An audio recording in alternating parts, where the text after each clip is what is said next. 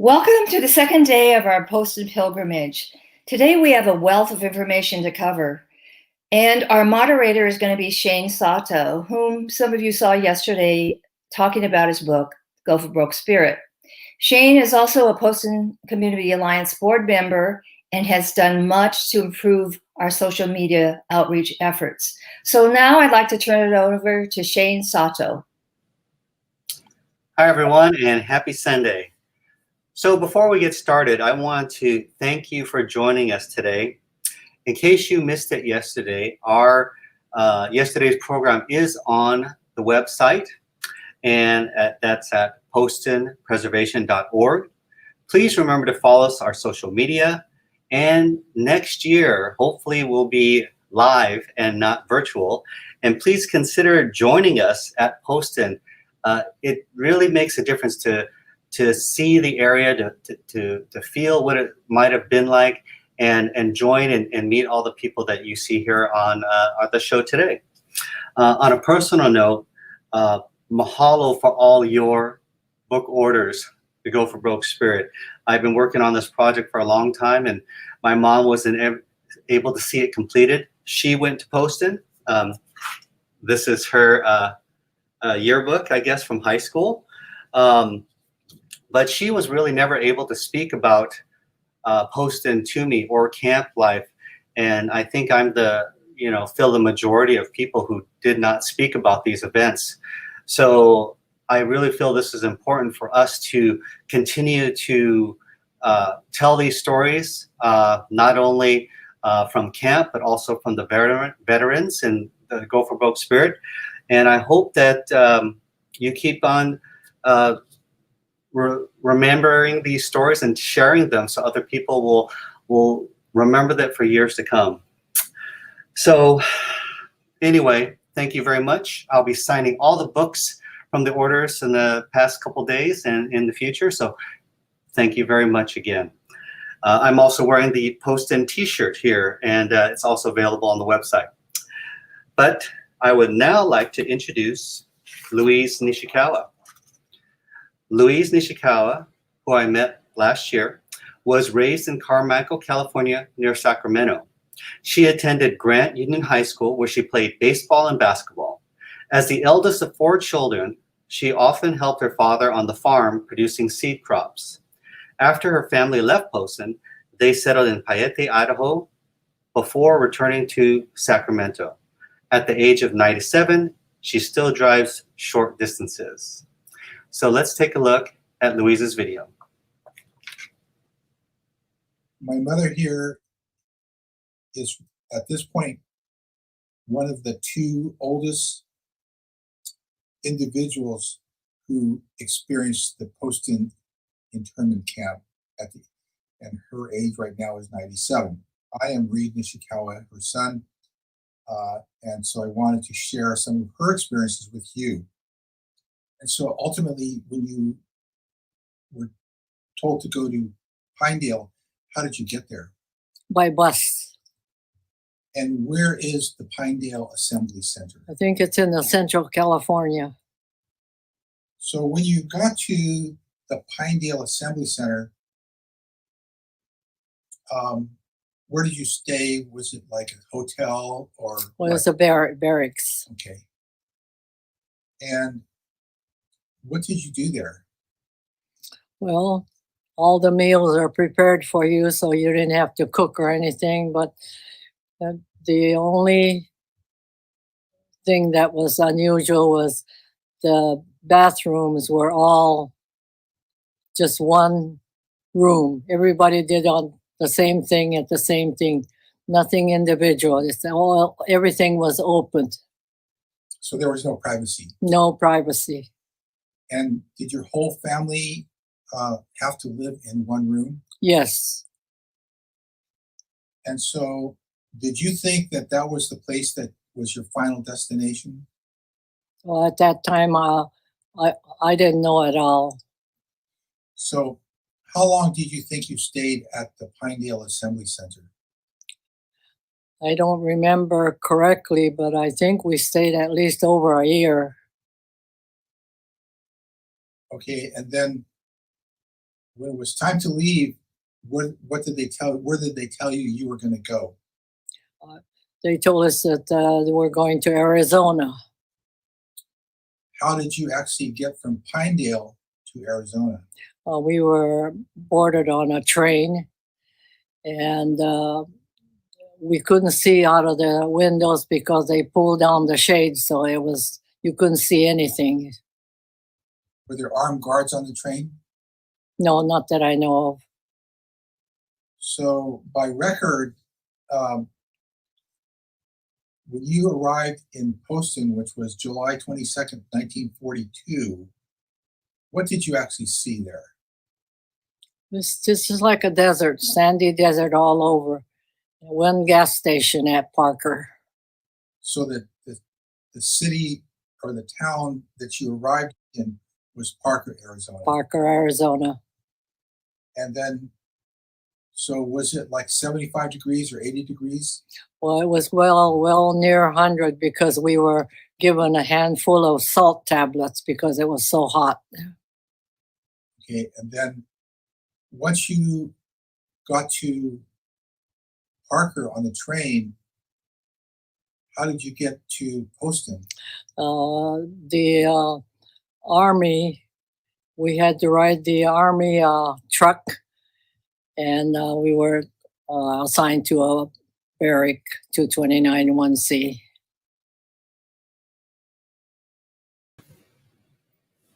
Wow, amazing. What a great story. So, hi, Reed. Hi, Louise. How are you this morning? Okay. So,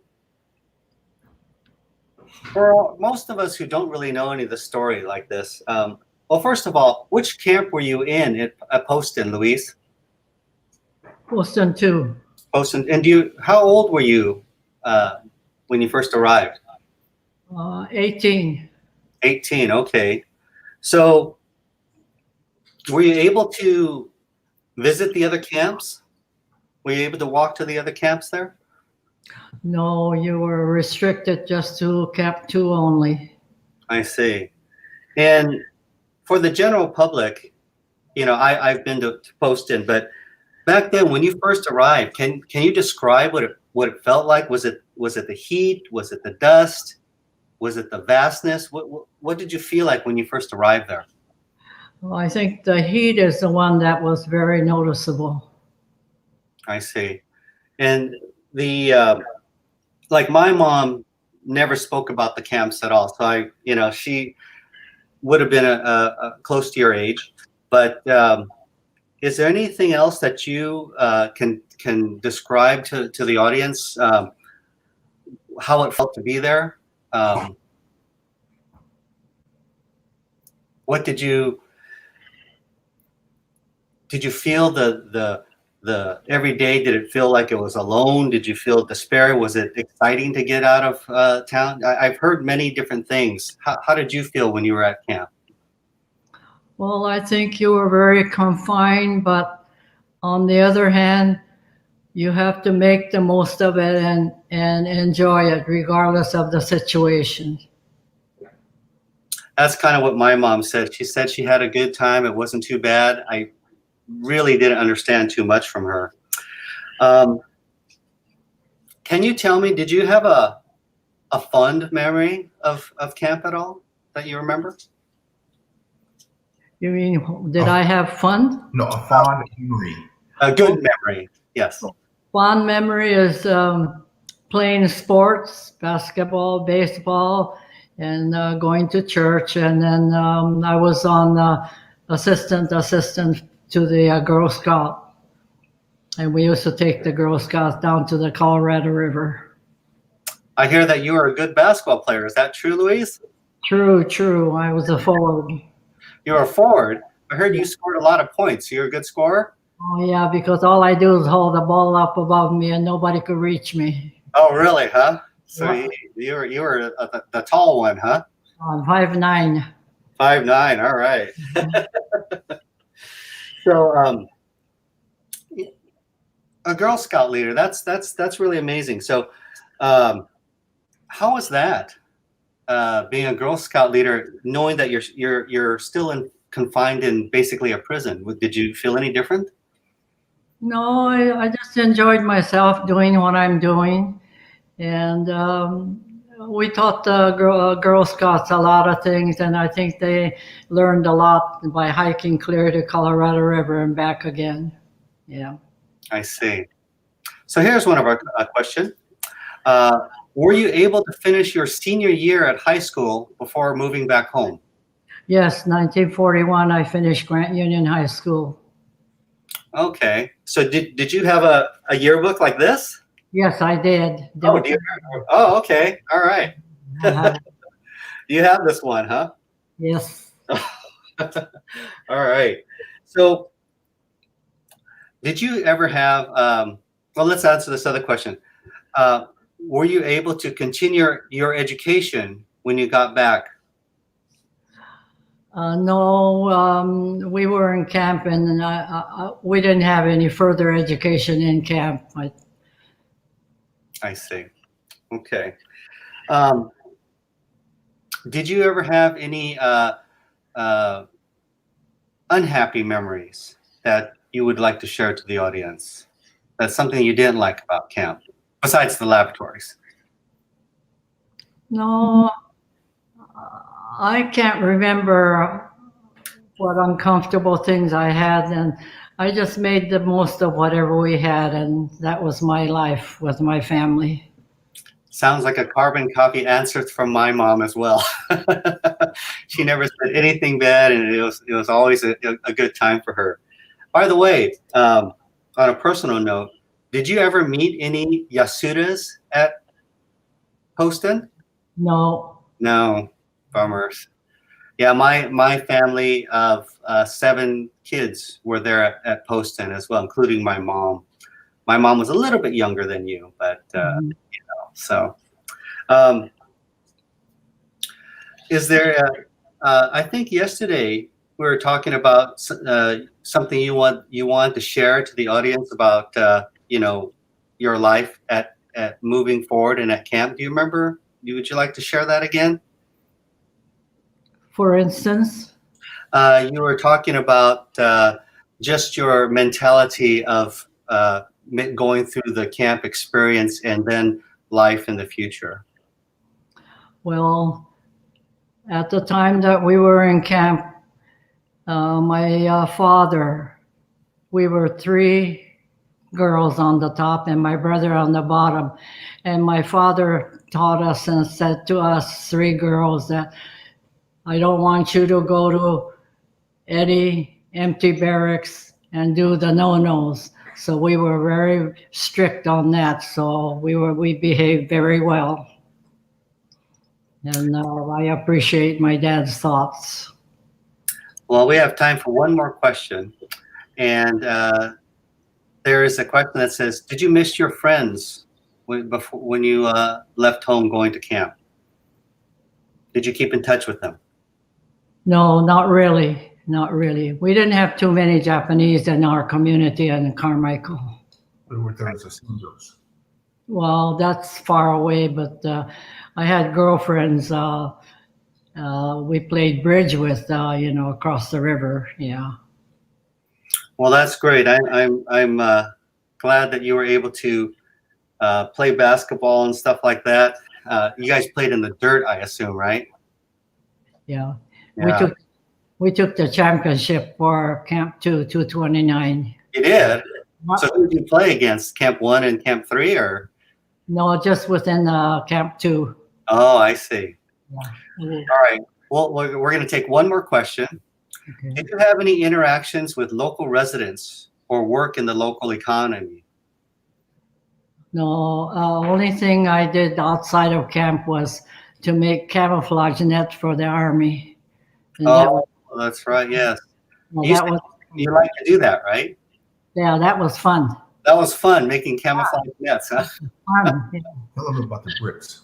And we did, my girlfriends and I, we made bricks for the buildings too. Oh, the Adobe bricks. You made them. Adobe bricks we made. And right at the present time, last year's pilgrimage, the auditorium was vandalized, but the bricks were still there as a foundation. Oh, you did a good job making them, Louise, huh? There you go. I think so. All right. Well, thank you very much, Louise. Thank you very much, Reed. And hope you have a nice day. Thank you for joining us today. Thank you, Shane. Thanks, Shane.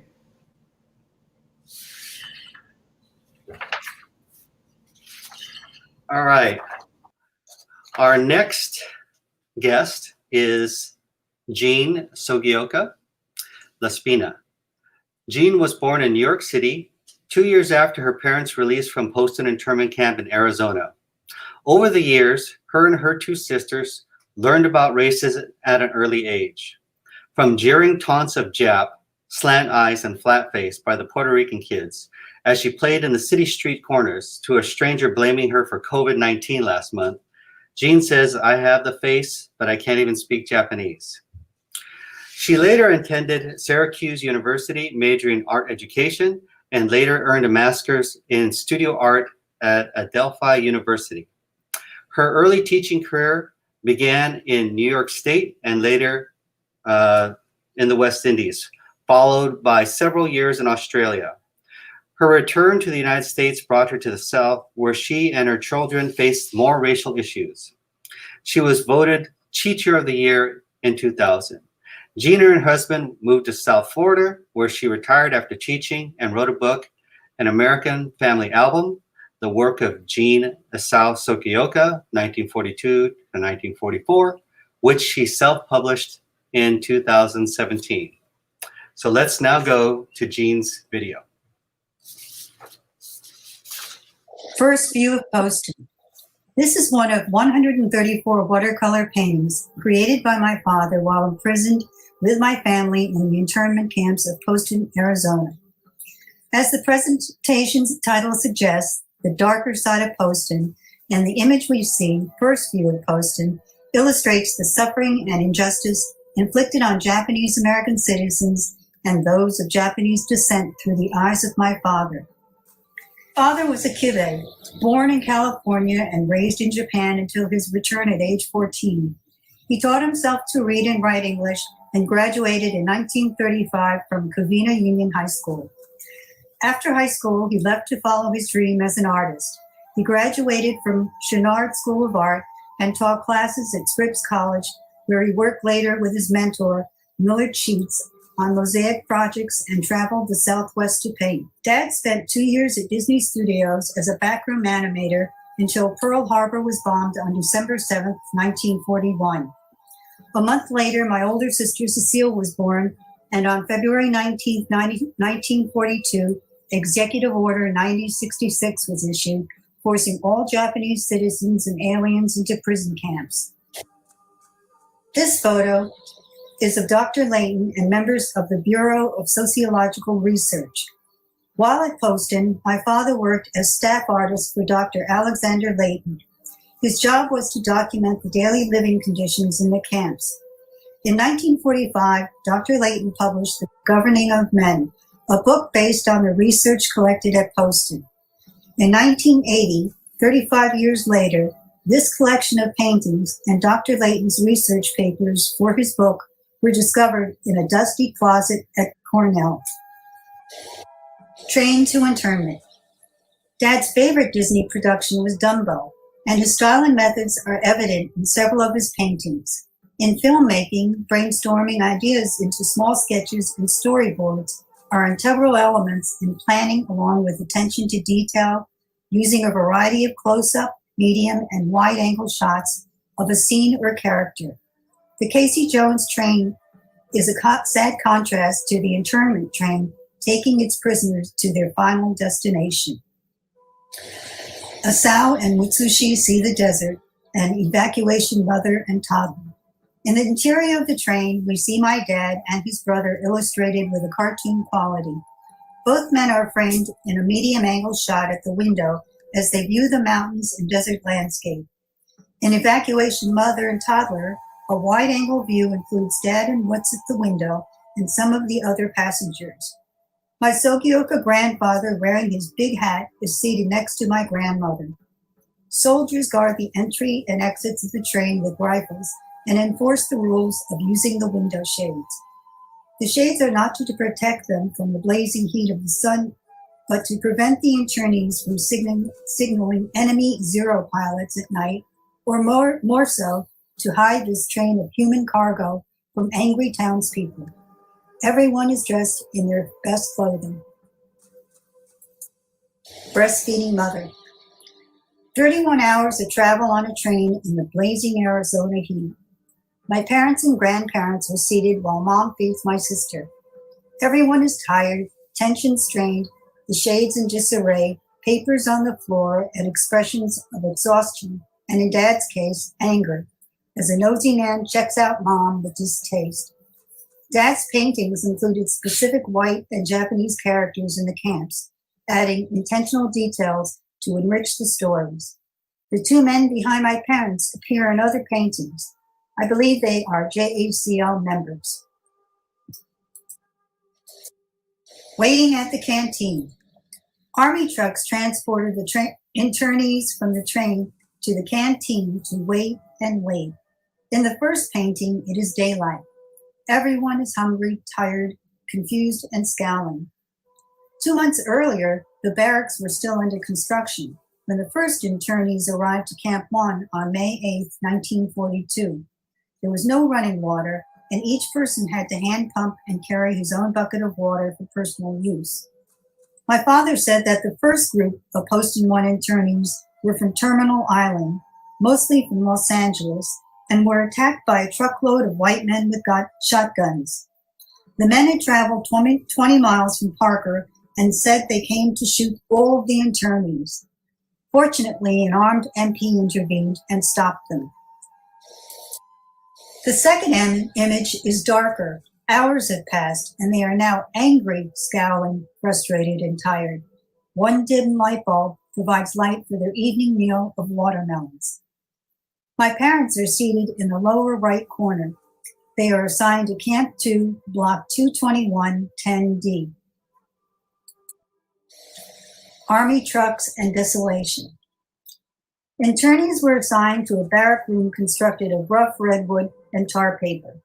There was limited supply of pine wood, and the intense summer heat shrank the redwood, leaving openings in the walls and 4-inch gaping spaces between the wooden floorboards. The workers had to go back and cover hundreds of feet of wall with thin wooden strips. The communal living conditions had been designed for soldiers. Interior barrack wall divisions did not reach the roof. The spacing above and between the rooms allowed sounds to travel the length of the barrack. The living conditions were appalling. This and other events divided the internees and laid the framework for nonviolent protests and the strike. The dust was relentless, covering the skin, hair, and clothing, coating hand-washed and freshly hung laundry, choking the life and energy out of everything. The dust only added to their misery, and daily efforts to maintain personal hygiene with limited communal bathroom facilities. It was difficult to walk outside without sinking into the sand and soil churned up by the winds. All the walkways had to be sprayed down with water on a daily basis. The intense summer heat hit a record high of 121 degrees one year, adding to the sweat and smells of people suffering under mass incarceration. 70-mile-per-hour winds blew, strong enough to rip off the roofs of many barracks. They called them the Poston Zephyrs. Not our kind of food, and the mess hall. This East Bay man grimaces with distaste while eating Wonder Bread and hot dogs with ketchup for his first meal. Each person was scheduled and assigned time, standing on long lines to eat on hard wooden benches and tables in a very noisy and crowded room. The Issei did not like eating with the younger Nisei, with their terrible manners and disrespect, speaking loudly with open mouths full of food and rude behavior. Mom wears a yellow dress, and Dad in slacks and red shirt sit at a table near 3 young people. The Army cooks had no consideration for the Japanese diet. The internees complained to the WWII until Japanese cooks were hired and rice added to the menu. Rice was rationed, and sometimes theft of food items occurred. The limited fresh fruit and vegetables did little to enhance meals of hot dogs, dried fish, and macaroni. During the first year, there were several cases of food poisoning due to inadequate refrigeration. Fresh milk was rarely available, and diluted powdered milk was substituted. Shortages of dairy products were common, and basic food items often unavailable. The WRA made changes to allow mothers to prepare infant formula and food for special diets in the administrative kitchen. Unfortunately, it was a mile walk made 3 times a day. Run to the women's toilet. Mom sprints like a cartoon character, desperate to reach the toilet. Women hate the loss of personal space and were embarrassed to use the communal toilets and showers, often waiting early in the morning or late at night. Hot water was a luxury and often ran out before the end of day. The men's toilet. The communal toilets and showers were inconveniently located and fitted with Army-issued toilet seats designed for soldiers. Children and the elderly had to be supervised for fear of falling through the seat to land in a pit of raw sewage.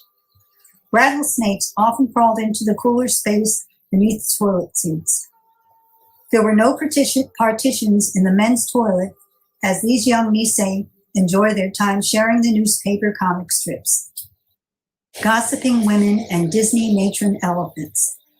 Mom said that many women actually enjoyed their time in camp with the ability to gossip and visit.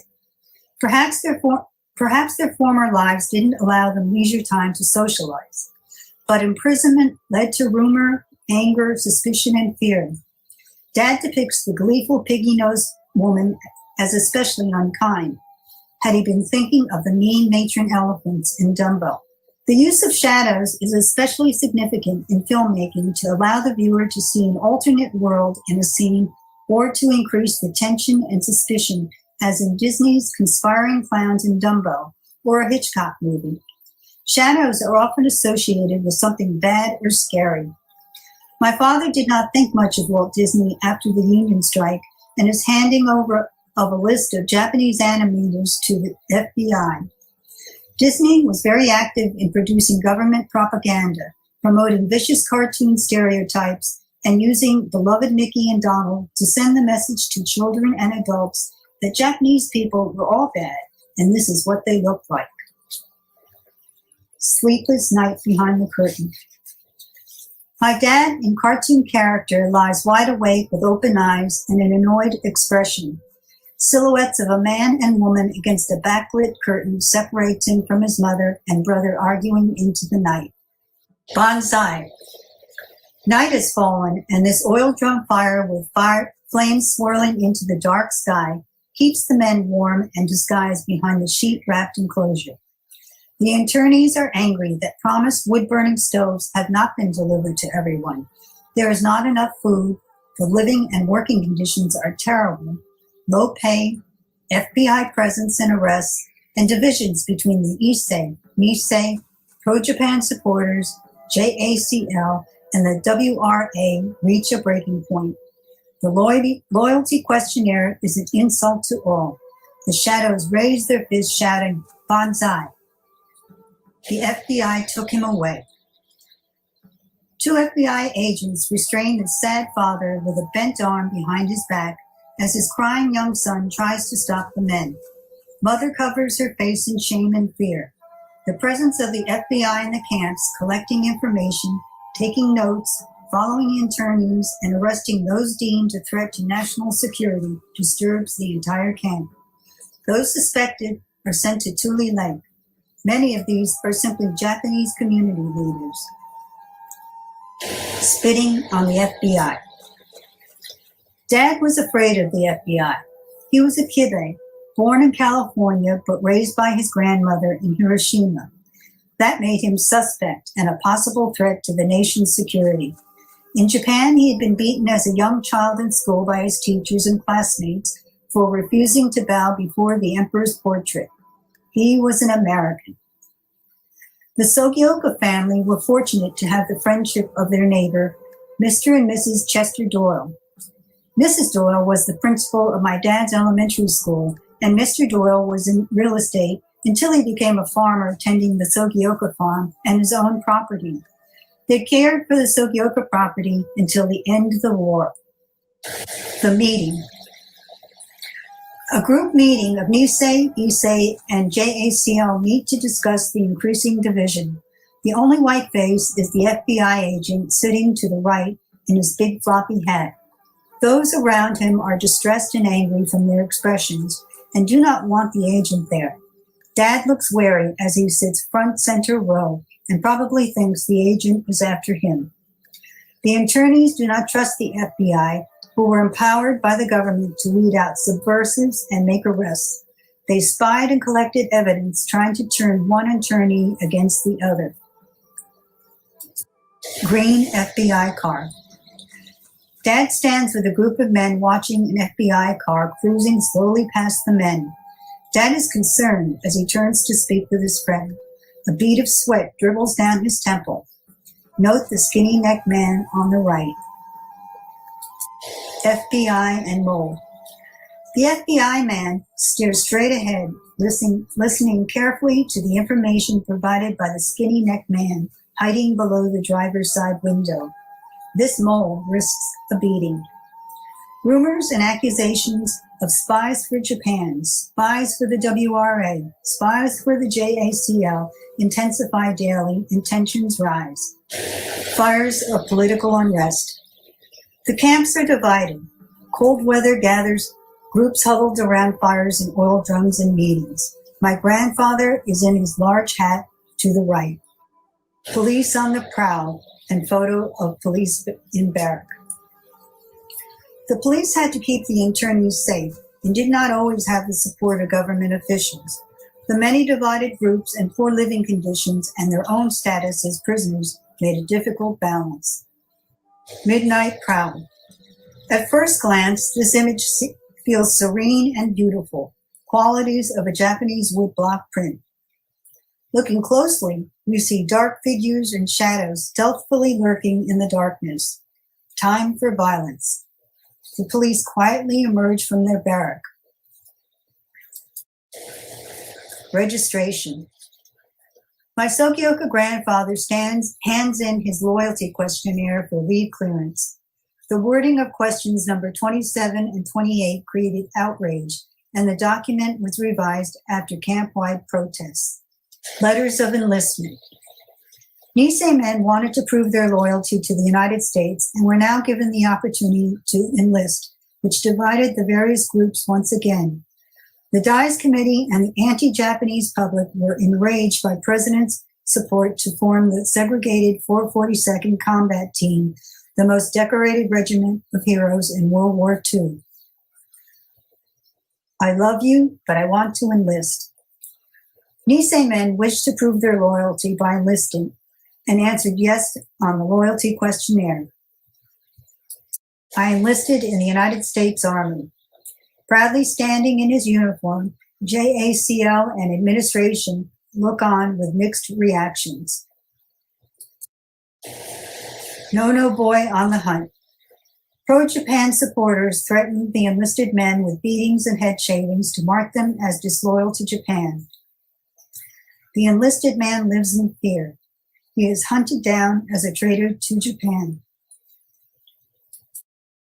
Second thoughts on enlistment and WRA officers hear of the attack.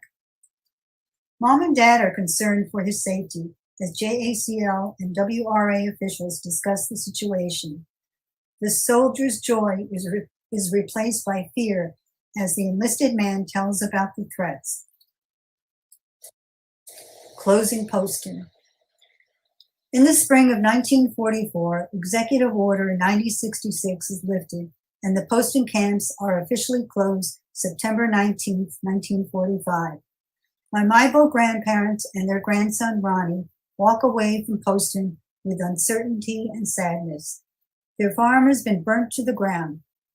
News from the media and Mr. Doyle's letters warned of continued threats against the Japanese Americans. The Dies Committee had issued confiscation of internee farm equipment and plans to exclude returning Japanese to the West Coast. The camps were closed and the law permitted the Japanese Americans to return. A photo of the burned Maibo farm. mom and dad's leave clearance cards, which allowed them to finally leave for New York City.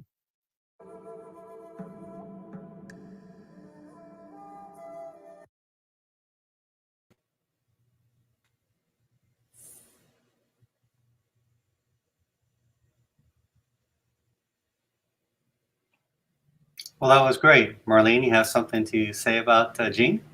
Yeah, I wanted to let everyone know that this is a shortened version of her video, and you can find the longer version, which is much more detailed.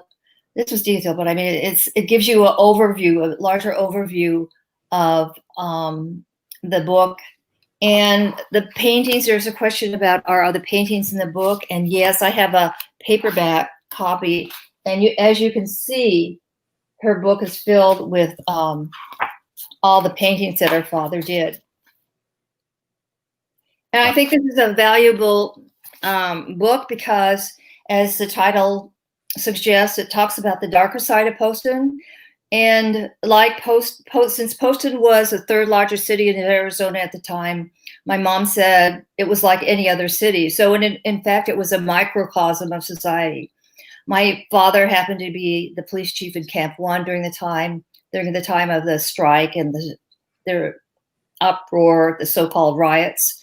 And so Jean describes that in detail in the video and her book.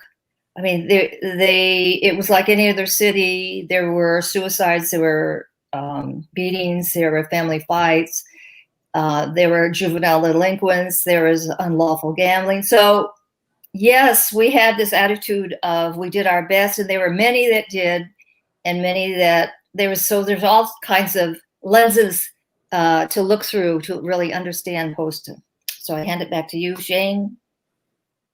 Thank you, Marlene.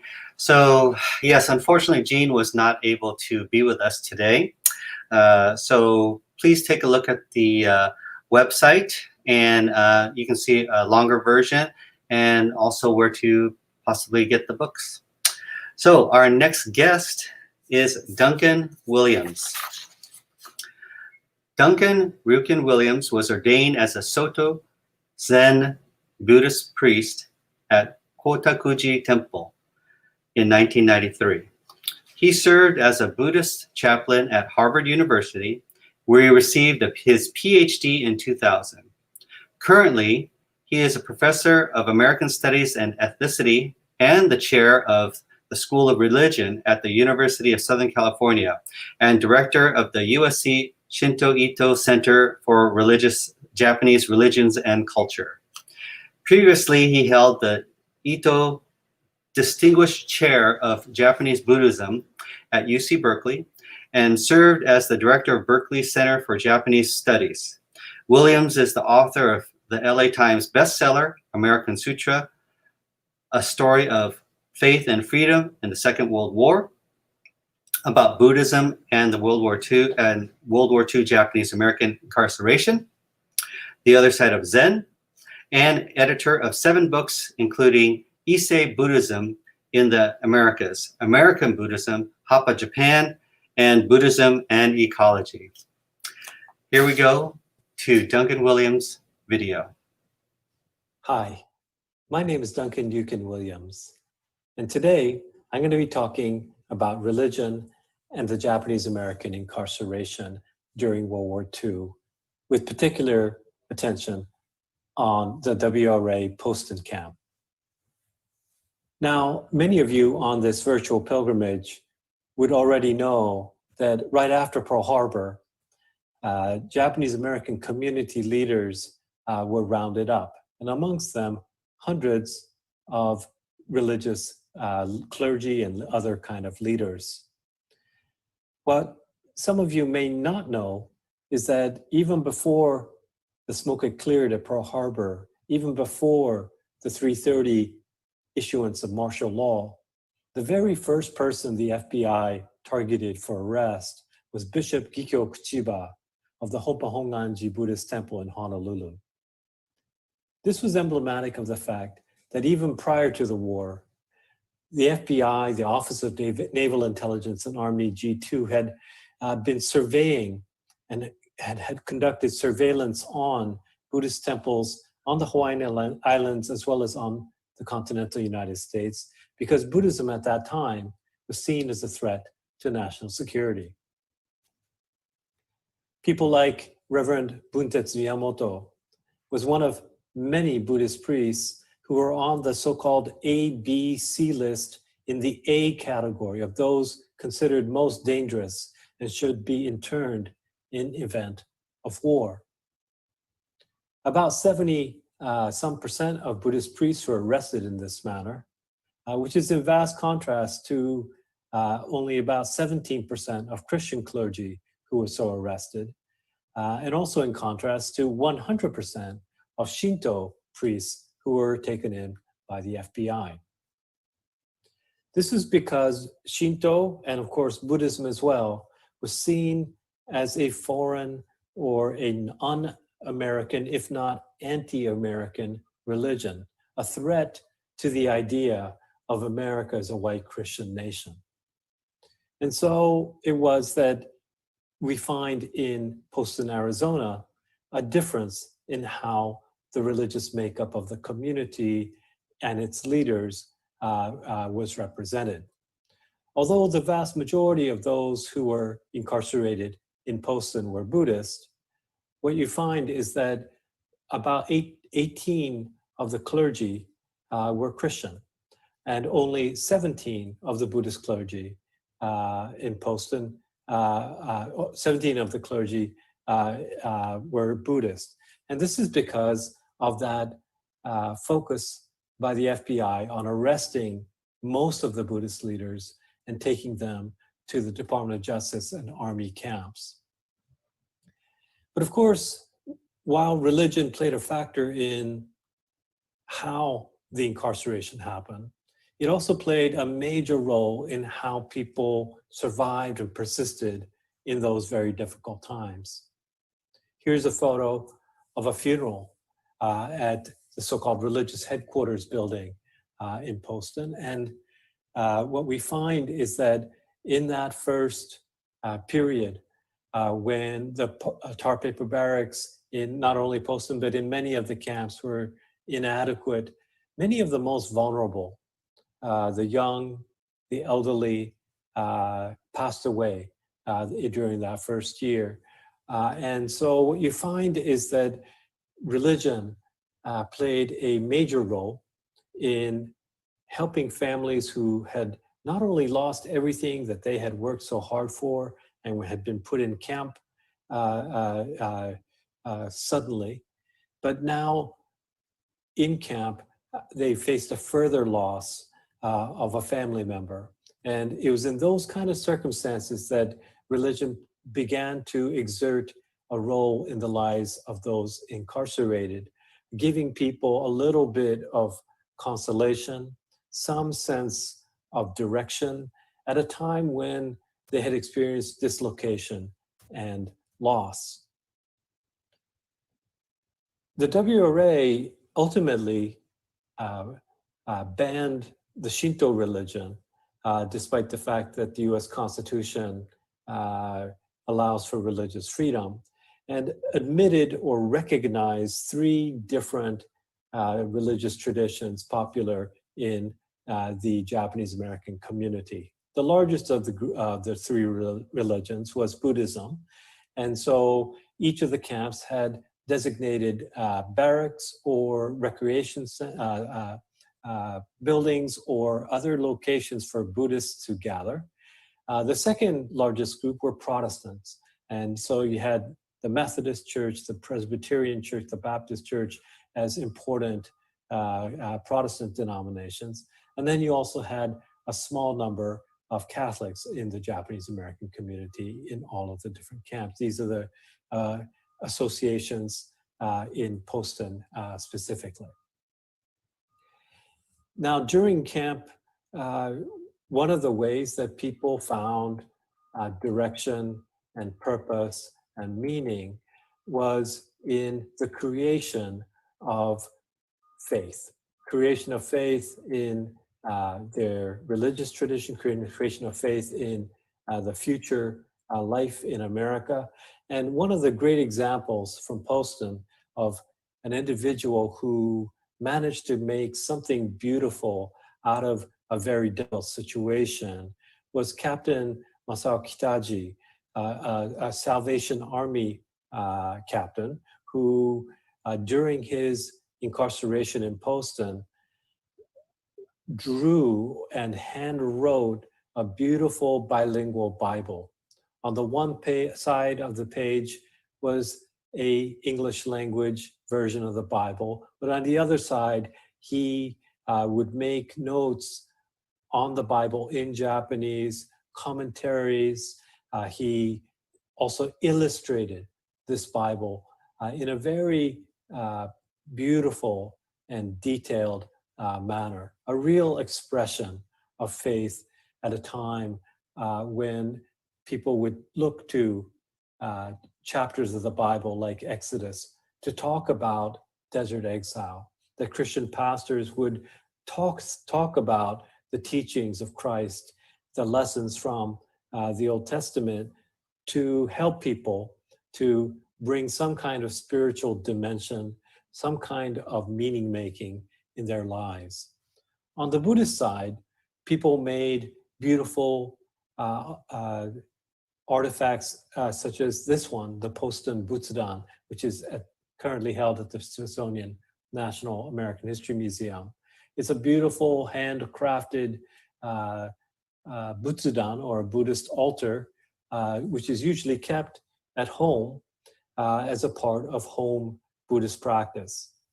And in this case, and in many others, people found in the desert landscape desert wood. They might take some scrap wood from the mess hall and beautifully craft and make a symbol of their faith in camp. Today, I'm going to be live with you after this presentation to take any of your questions about religious life in camp, how people found different forms of faith, how they found meaning, community in camp, and I'm very glad to take your questions. Well, thank you very much, Duncan. That was a great video. How are you doing today? Hi there. Thanks for that comment. I'm happy to be here with you. Well, thank you for joining us. We're really excited to have you. I have a question. Can you explain why the U.S. government, the media, and the general public felt Buddhism was a threat to national security? Sure. You know, that idea that Buddhism in particular was a threat to national security, exemplified by the idea that, you know, the very first people picked up by the FBI were Buddhist priests. That idea really is an old one. It starts even as far back as, you know, like 1882, when the Chinese Exclusion Act was made into federal law, the first immigration law that said a group of people, because of their race, but also and national origin, but also because of their religion, were unsuitable for American belonging. And so at that time, people would use the word the heathen Chinese to, when the Senate testimony was going on before that passage of that law, they would talk about the Chinese as an unassimilable race, but also their heathenness, meaning their non-Christianness, the fact that they were mainly Buddhists and Taoists, were unsuitable for having in a territory that was viewed as an American and Christian land. And so that sentiment that found either Buddhists and Taoists and kind of Shinto, like people who are not Christian, as suspect, potentially, if not un-American, even anti-American. That goes back quite a ways. And in terms of the Buddhists in particular, for the Japanese American community, the surveillance of Buddhist temples, the making of different kind of reports within the Office of Naval Intelligence, the Army G2, and the FBI was decades prior to Pearl Harbor. Various kinds of temples were put under surveillance. Buddhist priests had files on them. And so when Pearl Harbor Day came, that's why it was so easy to have all these people already been identified, put on these national security ABC lists and targeted for pickup. So the quick answer is that there was already quite a bit of recognition among the intelligence services that this particular religion was to be considered dangerous and to be targeted in case of war with Japan. But the larger theme of not just intelligence services, but the media or even the general public seeing Buddhism as kind of un-American, that actually has a much longer history. Well, thank you. We do have our first question. Has the Kitaji Bible been published in book form? No, it's not been published in book form, but thankfully the Bible has been preserved and is being taken care of at the Hoover Institution at Stanford University. The Kitaji family were able to prevent it from being kind of sold to an outside party and have it preserved. And so today it's residing at the Hoover Institution at Stanford. I can mention that next year, in 2021, myself and another co-curator will be curating an exhibition at the Japanese American National Museum in Los Angeles that will be focused on religion during the World War II, experience. And so, and one of the key artifacts we'll be putting on display at that time is the Kitaji Bible.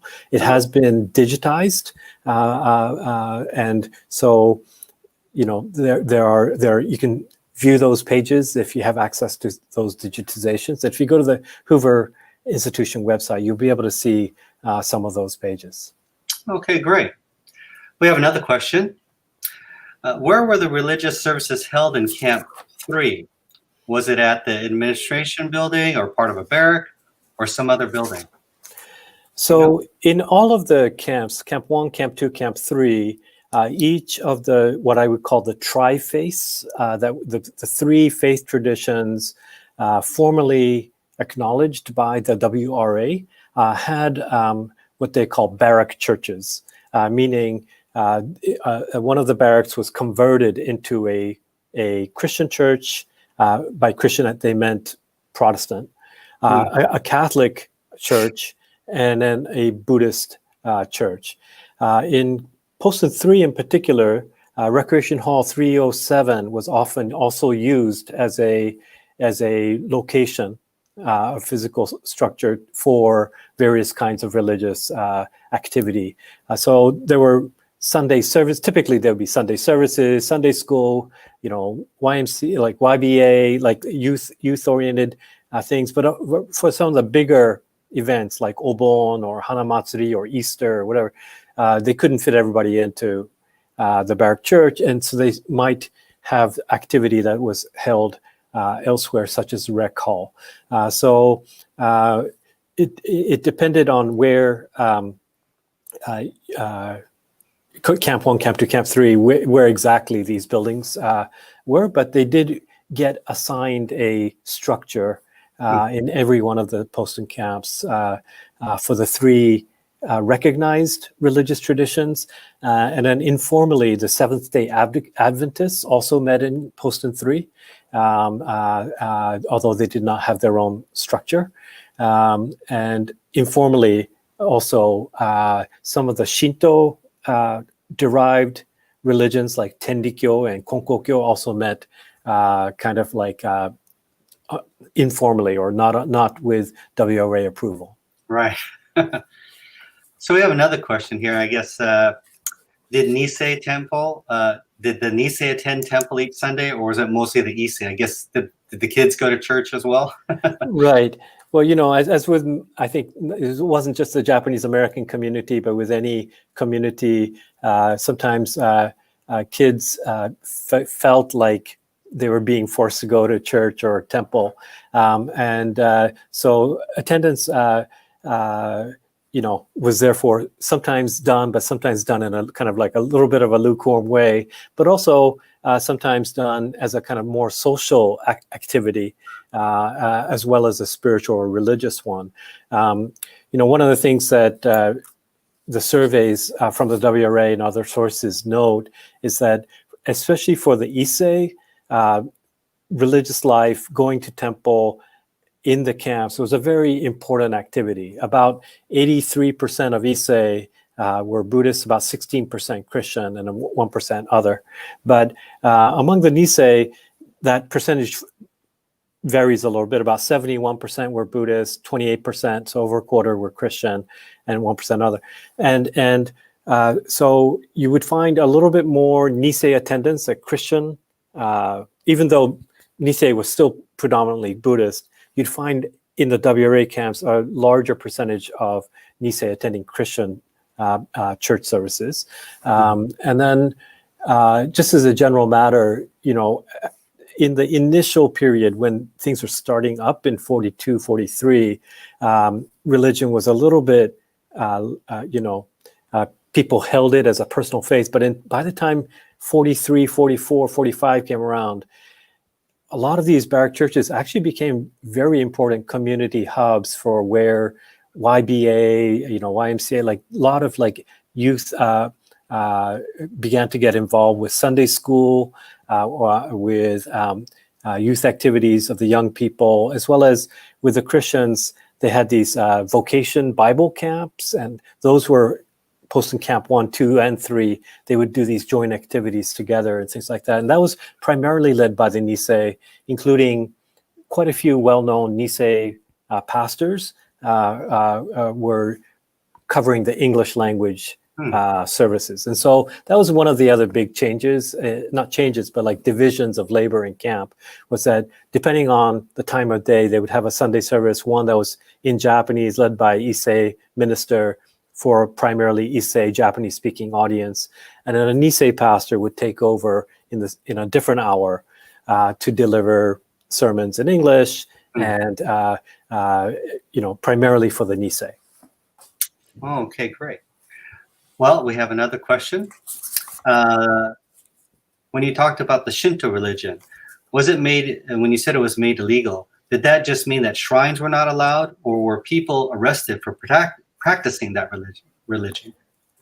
So once everyone was already in camp, it wasn't like they would practice it and they'd therefore be kind of rearrested, like, I don't know, put in a special jail inside already a jail. Right. But in terms of the what I was mentioning earlier about the tri-faith, the WRA only recognized initially, they had even a policy of favoring the Christian traditions of Protestantism and Catholicism. And when people, for example, entered the assembly centers, if they had a Buddhist sutra or like a scripture in Japanese, that was confiscated. In fact, everything that was written in the Japanese language was confiscated as so-called contraband. It's like as if you were carrying a camera or a gun into the location. They would take away these religious articles. The only things that they would allow in the Japanese language was a Bible and a dictionary. So if you had Japanese language in those, that was okay. So it kind of gave you a little bit of a sense of like what was acceptable. Now, as for Shinto, I think the moment it becomes most clear is because they're already once in the WRA camps. There was a video earlier about the question 27 and 28 about the no and no, and that so-called loyalty questionnaire or the leave clearance form. Question number 16 is given less attention, but the one on religion, how you affiliated and what you answered, made a huge difference in whether it wasn't about arresting you again, but more like whether you could get out of camp on leave clearance, whether you're a college student trying to go out out east to go to college, or you had a job waiting for you in Chicago or whatever, you couldn't get out if you answered Shinto. So if you answered Christian, you got +2 points on question 16 in your totals. If you answered Buddhist, you got -1 point. And as I said, if you answered Shinto, it was called automatic ban from leave clearance. So that was the difference. Wow, fascinating. Here's another question. Did any of the religious groups have tension with one another in the camps? So there was both what I would call intra-sectarian tension and then interfaith tension, two different type of things. Intra-sectarian meant that, for example, because the only people that didn't have that kind of intra-sectarian was the Catholics, because if you're Catholic, then you only have one church, right? So it's very simple. But if you're Protestant and you're forced to share the same building, and you've got Baptists in there, you've got Episcopalians in there, Congregationalists, Methodists, Presbyterians, Holiness Church, and people are going to just disagree about how to conduct a Sunday service. Whether you're from a high church tradition like the Episcopalians or a more Pentecostally oriented Holiness Church movement, you're going to also have different ideas, not only about theology, but about how to actually pray together. And so some of the tensions happened and same thing with Buddhists. You had Nishi Honganji, Higashi Honganji, Jodoshu, Zen, Nichiren, Shingonshu, Koyasan, like all these different lineages of Buddhism, and they're forced to, there's only one building for all. So how do you work together? So there were some tensions around how do you manage that, previous way of doing things where you would have different things. So let me give you one example. In the Nichiren tradition, when you chant in the Buddhist way, the main thing you do at the service is to chant Namu Myoho Renge Kyo. If you're from Koyasan, you'd say Namu Henjo Kongo Daishi. Or if you're in the Jodo Shinshu tradition, or Jodoshu tradition, you say Namu Amida Butsu. And then in Sotoshu, sometimes Namu Shakyamuni Butsu or something like that for Shakyamuni Buddha. But they couldn't decide, what do you chant? And so it's sometimes initially in the first year or so in Poston and elsewhere, they try to reduce it and say Namu Butsu, like just homage to the Buddha, and just forget about all the rest of the particularities. But then people got very, they were used to chanting Namu Amida Butsu or like these fuller phrases. And eventually they found ways to kind of do multi-sectarian services and so on, as well as appoint different times of the day for building usage for different groups and things like that. So they eventually worked out those tensions, but initially sometimes those doctrinal differences or practice differences cause inter-sectarian tensions. And then, as I said, sometimes there were also other kind of tensions between Buddhists and Christians, or between Protestants and Catholics, and so on and so forth. But I would say once you get past about 43, 44, most of that stuff is more or less worked out. I do remember the Nami Abutsu phrase myself. Right. I think we have time for one or two more questions. Can you talk about what happened to the Buddhists after the war? What did they do when they got home? Sure. So, many of the temples, as well as also the Christian churches, served those temples, which had been, the storage locations for many families. When you didn't have a neighbor who could store your materials, or you didn't have access to the government storage facility, many people used the temples and the churches as a storage area for the belongings that they couldn't take to camp. And so one of the first things people did was often go to the temple or church to retrieve their belongings. But one of the things that I think a lot of people found in that first moment of returning to the Pacific Coast was that many, white businesses wouldn't hire Japanese people. Many white landowners and, apartment owners wouldn't rent to Japanese Americans coming back from the camps. And so initially, the temples and churches often served, they call them Buddhist hostels or Christian hostels, but people stayed there, paid them, some kind of nominal fee for being able to stay and the temple and church became a kind of sanctuary for some families, just a few days, other families a few weeks. But there are also cases where people stayed for up to a year or so before they could find a job and finally move out into somewhere else. So that was kind of the initial job of the Buddhist temples after the war, was to help reorient people to kind of reintegrate back into society at a time when so much prejudice and so much, some people say the resettlement was just as jarring a dislocation as going into camp and trying to rebuild their lives. So I think the temples, as well as the Christian churches, served as a kind of, just like they did in camp, a way to a place to have some spiritual resources to deal with the dislocation, disorientation, loss, but also being very practical as a place to just get your life back together and recraft that. And so I think that was the same for the Buddhists as well as the Christians, that the houses of worship became these important sanctuaries and refuges as well. So we have time for one more question. And Sheila asks, Duncan, your own personal history as a Hapa is really interesting. Can you tell us more about you? Now, Hapa, for those of you who don't know, is a mixed race. In Hawaii, the most common is Hapahali. Right. So Asian and white. So for yourself, can you please tell us more about that?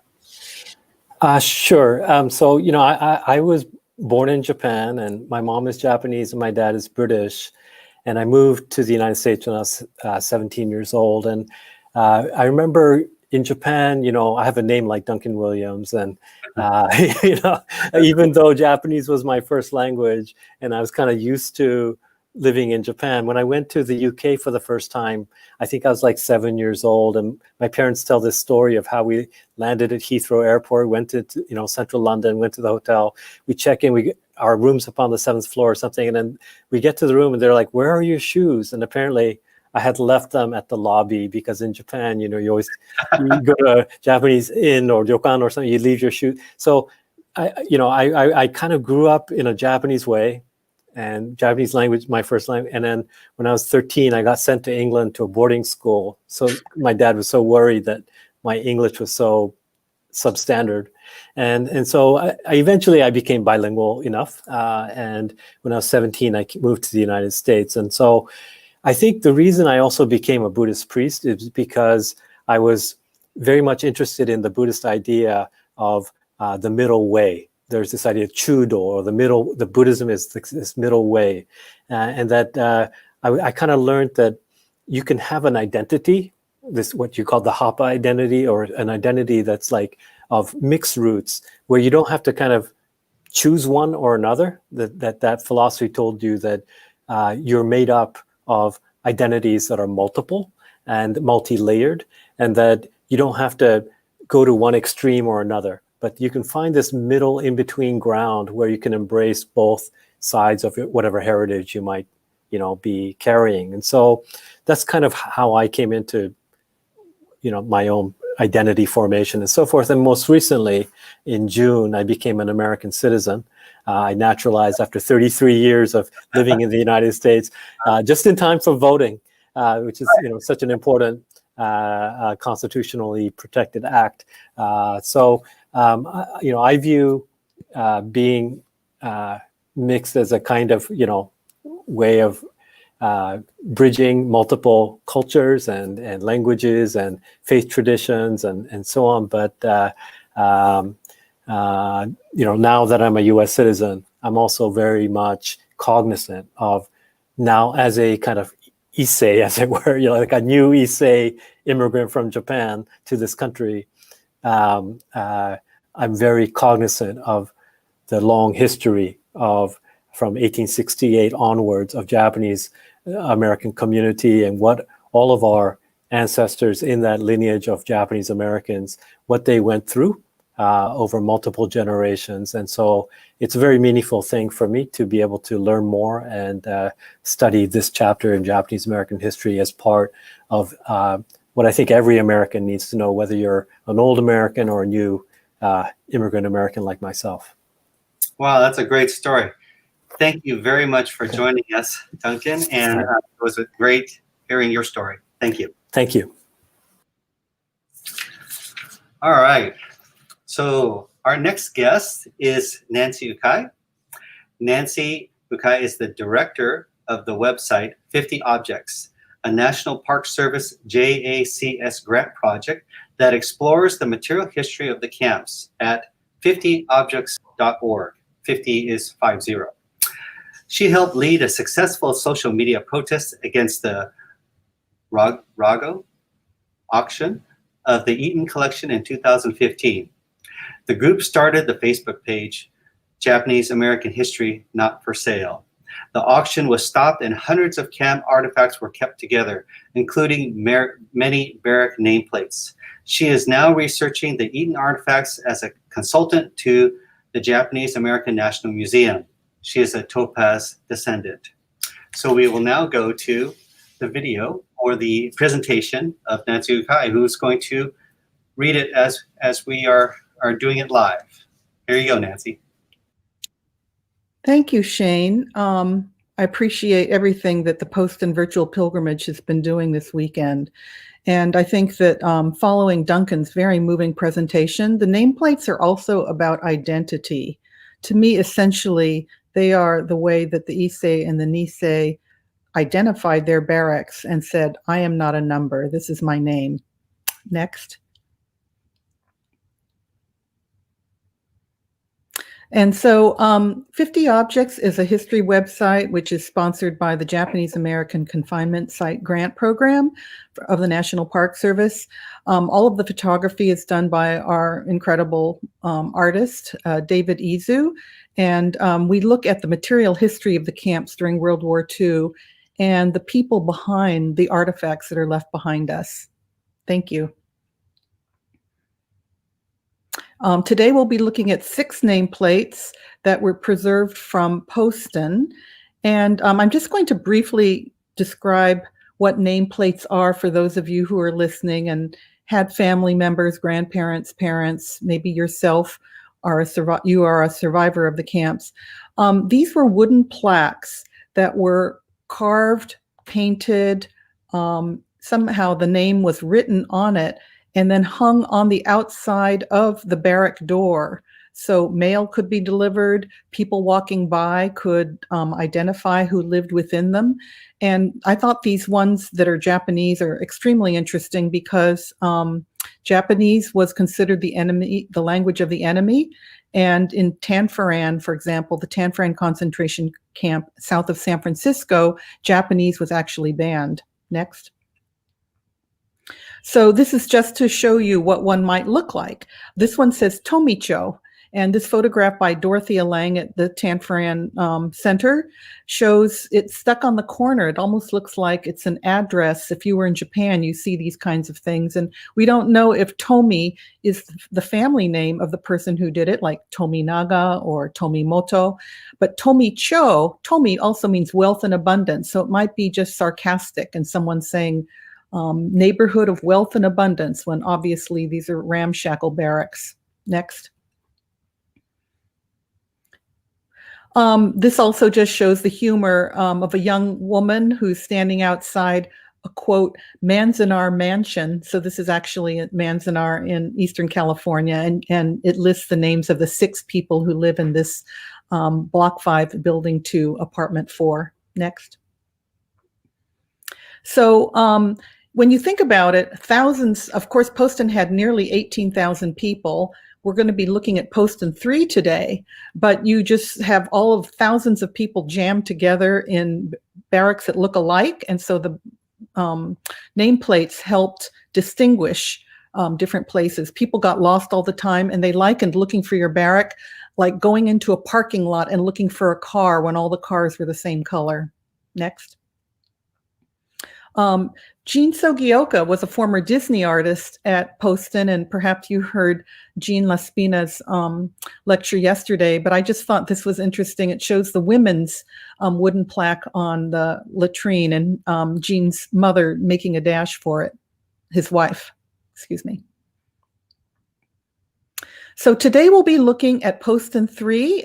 If you can hit the button, Kathy, that'll show that the bottom one is where we'll be looking at, and we will be looking at 6 wooden nameplates that came from Poston. Next. And if you ask, well, how did these come to light? So the man on the left is Dean Komure. He is with the French camp JCL near Stockton in California. And at a meeting, you'll see on the table there, he brought 6 wooden nameplates just to show them to people and say, hey, look what this is. Next. And when I was stunned and I said, Dean, what are these? And he said, they were from Poston Camp 3, and you must talk to Mary Allred. Mary Allred goes to his church, the Calvary Presbyterian Church in Stockton. And a few years ago, she brought them to the church and said, my stepfather had these, and I'd like to donate them, but please don't sell them. The church was about to have its annual tag sale. Next. So the story came out about how her stepfather, Walter Gudarian, was part of a team hired by the WRA to decommission the camp, Poston 3, after the war. And so on the left, you can see after people have left, everything is in disarray, in shambles, falling apart. Mary's stepfather was hired to take the barracks down, and with that scrap lumber, he built on the right-hand side a fishing cabin not far from Poston. And you can see it looks very nice. And he took down some nameplates and he saved them. Next. And I just wanted you to see this slide because this is taken after the camp's closed. This is actually Amachi, but you can see how things are just kind of scattered on the ground. The dog is left there because people had to leave behind their pets. They were leaving in such a hurry. Next. And the reason I wanted to show that, and Kathy, if you can just kind of hit the button as I'm talking, it'll. So this is a photograph of Walter Gudarian who saved the nameplates, and he's at Poston, Arizona. And on the back of the photograph, it says, I found, I was with Bessie. And next, if you can keep hitting these, that Dad found Bessie, this is the dog, and he brought her home. Next. And this photograph was taken around the pool. And it says on the back of the photograph, POW, Japanese concentration camp. So they were a little confused about what this camp actually was. But anyway, that's the man who took down the barracks and then saved the nameplates. So the next step Dean did is he contacted his friend Henry Isakari, who lives in San Diego and used to be at the French camp JCL in Stockton. And Henry, who is a community historian, worked with his daughter Emily, who was at that time an undergraduate at UCLA studying Asian American history. And they got together with Linda Kaneda, and she is with the Japanese American Historical Society of San Diego.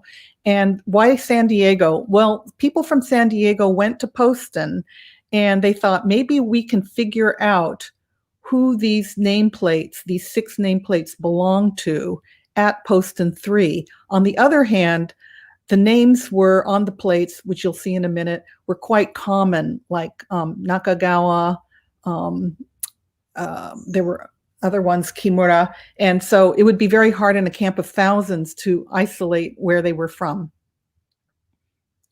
What they did have was, thanks to the work of Diane Kiyomoto, he had compiled these Poston block logs where very meticulously people in the community contributed the names of their families and which barracks and blocks they were in. They were able to associate, they were able to locate in 2 areas names on the nameplates with barracks. And so thanks to this, they could find where Walter Gudarian was taking down the barracks and then where he was saving the nameplates from. So you'll see on this photograph, it says Takeda and in block 329. And then the upper part of the map also shows 2 barracks where they think nameplates came from.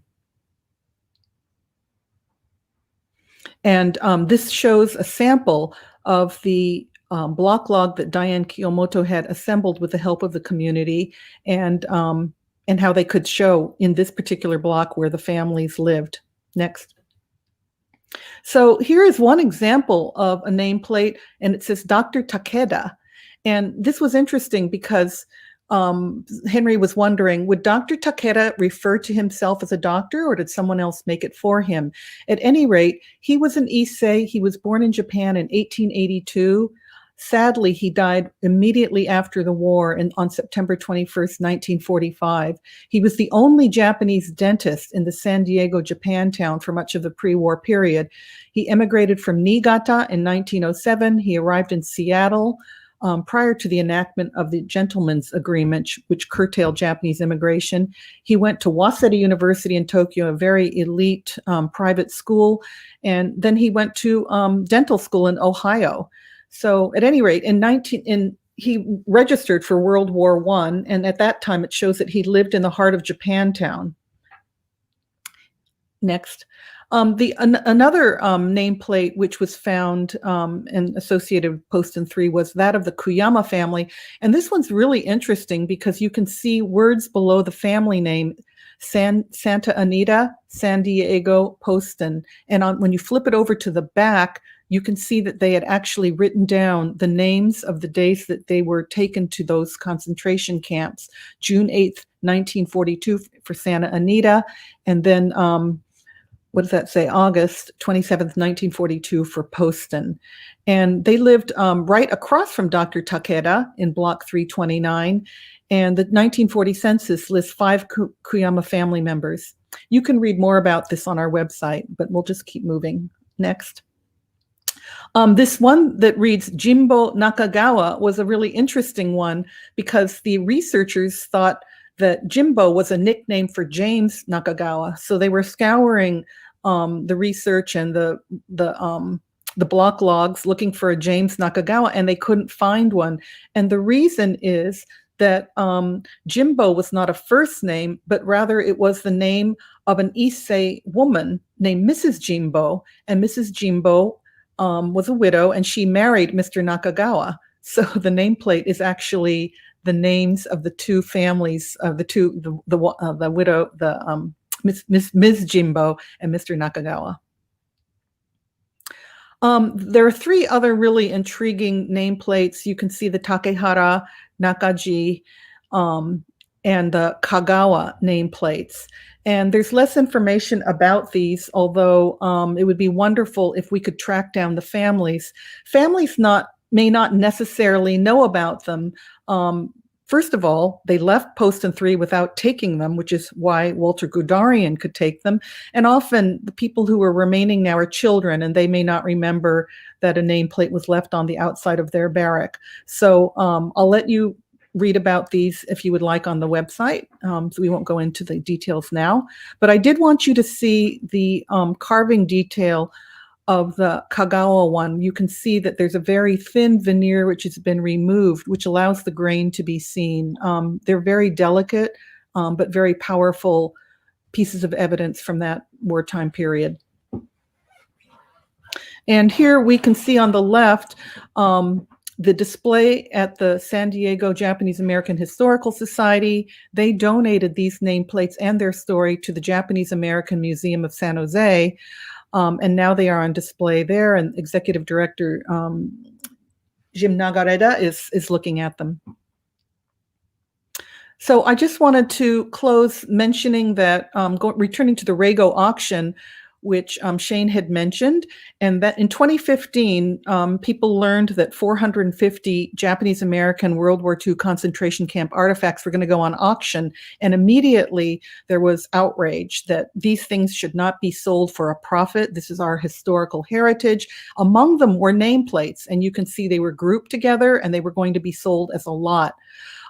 Eaton had written specifically about particular nameplates. He was very interested in the technical aspects, like the top one used metal packing tape to form letters. And then the bottom one, they wondered if the knot in the wood was kind of used as, for example, to kind of show what might be a moonlight. Next. But we must also think about these pieces as portals into family history. And I hope you'll look at the website and read about this piece, which was made by a Mr. Imura, who puts his name in English and also in Japanese, and a letter that he wrote to the President of the United States. He telegrammed them saying, I don't want to leave, this is a Heart Mountain nameplate, when I'm being told to. And this nameplate is, to me, an example of defiance and resistance. Next. And finally, this nameplate is in the collection of the San Francisco Japanese American National Historical Society. And it, like the other one we saw from Poston, has Tanforan, Topaz, and Tule Lake. There's a lot of history associated with this next, which shows that Jungo Koga, oh, I'm sorry, if you could just go back one more time, I'm sorry. Jungo Koga was an Issei. And he went from Tanforan to Topaz to Tule Lake. What we know now is that his son, who was a Kibe, born in the United States but educated in Japan, eventually became a resistor against the loyalty questionnaire, against the incarceration, and repatriated to Japan. And so this is a case where a family nameplate takes us into a complicated history that's really important for us to continue to learn about. Thank you very much.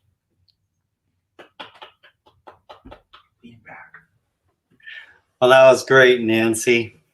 Thank you very much for that informative show there. I actually saw the nameplates when I was in San Jose, Japanese American Museum there. It was really interesting, and I know James, so it's kind of funny about that story about James Nakagawa. Oh, but, wow, that's funny. So why did, I know you explained a little bit, but why did a lot of people create these artistic nameplates? I think that's a great question, because first of all, in my view, first, for practical reasons, people lived in these uniform barracks, which are basically built on military specs, very uniform, no furniture, hot belly stove, no running water, and no name. Mm-hmm. And we were, of course, assigned a name. We were assigned numbers. And to me, first of all, it's an assertion of identity, saying, I have a name. And then you're allowed to express yourself, whether that's through painting or carving, and putting it on the outside so people can recognize who lives there. And also, I think it must have added a lot of kind of visual texture and individuality, humor. Like apparently people would write things like tumble in, INN, or, the man's in our mansion. Somebody wrote Seabiscuit, which is the famous racing horse, which was at Tanforan on their nameplate. And so at any rate, I think it was a way for people to individualize their living space and also assert a sense of identity. So, like for myself, I'm an artist. If I created a cool nameplate like that, I would want to take it home. But it seems like a lot of people left them there. What did most people do with these nameplates? I think there are cases where people have them in their family collections. They often are in basements or attics or in a box somewhere. But people were in such a hurry to leave that grabbing the nameplate off the front door may not have been foremost in their mind. And in fact, Eaton went around and collected them after the camps closed. This Walter Gudarian pulled them down at Poston when he was, demolishing the barracks. And when you think about, I live in California, and right now people are saying, get ready for fire. And get your go bag ready. And it's like, what are you going to grab when you have to go in a hurry? And a nameplate might not have been at the top of the list, and yet there's such interesting pieces of material culture from that time. So we have our first question. Is your presentation represented in any other media or magazine, book, animation, or video documentary? Hi, Catherine. Thank you for your question. We titled our project 50 Objects because we thought, well, we'll start with 50 and we would like to get a broad spread of artifacts. For example, one of our upcoming artifacts will be the Kitaji Bibles, as a matter of fact. So at any rate, we're still working on number 15 and 16. So we're still putting the website together. And after that, if we have, there's interest, maybe we can do something else, such as a book or a documentary and so on. But right now, we're just interviewing people. We're trying to understand more about the different artifacts and put that up on the website. And we found amazing connections. And I think it's so interesting, Shane, that you knew Jim Nakagawa. This is the kind of thing that comes up in conversations. You find these connections that were maybe in our parents' or grandparents' generation, which have kind of faded, but then rise to the surface when we see these things and the stories start coming out. Yeah, I'll have to ask him about that when I see him, I think next month. So obviously, to myself, these are very important artifacts. But for the general public, what importance do all these represent to America? This was, these camps were prisons. They were painted by the WRA as being for our safety, to protect us. But in fact, people were ripped from their homes, their businesses and communities destroyed. And I think even something small, considered not so significant, such as a nameplate, helps us understand the kinds of conditions in which people lived and how they tried to assert their humanity and just inject some kind of creativity and identity into their situation. And so Yoshiko Uchida, the children's author from Berkeley, who's written more than 24 books about Japanese Americans, and she's a famous youth author, writes about how when she was a college student at UC Berkeley, she writes about how she visited the home of an administrator at Topaz. That family got the use of an entire barrack. It was carpeted. It had regular furniture. It was painted. And, she's a really sympathetic person. And she said, I felt the anger well up inside of me when she saw how they were living in the same place. And so I think to really understand the kind of contrast between the WRA administrators, for example, and then the people who were imprisoned and what kind of conditions they lived and how they tried to assert some semblance of humanity in these conditions is really important. And nameplates are one small part of that. I've seen some of these nameplates, I've seen some of the artifacts, and they were able to make such beautiful art out of, various objects. What did they make the nameplates or other artifacts out of? Where do they get the materials? What you find, I think, as everyone would kind of understand, is there's a lot of wood that's being used. So, for example, scrap lumber, the lumber piles are being guarded by the guards because there's so much theft of them. People need to make tables and chairs. They used wood for their nameplates. And I think and also cement is something that you see being used a lot because it's used for construction and it's around. But for nameplates, people basically used wood. And I think another interesting thing about this is Nisei were making these nameplates, but the Issei were also carving them, as we saw in the beginning, using Japanese characters. And one thing that comes out of the artifacts in the camp that you mentioned is that a lot of these cultural patterns, Japanese language, Japanese sense of art and aesthetics really come out sort of in a way it's unspoken. We look at it and we visually see this is beautiful, or this has poetry written on it, or this is harkens back to some sort of motif, such like a plum tree or a crane, for example. But the Issei were in their own way, because a lot of them were mostly left behind in the camps where the Nisei were going out. That kind of art, to me, is a silent voice.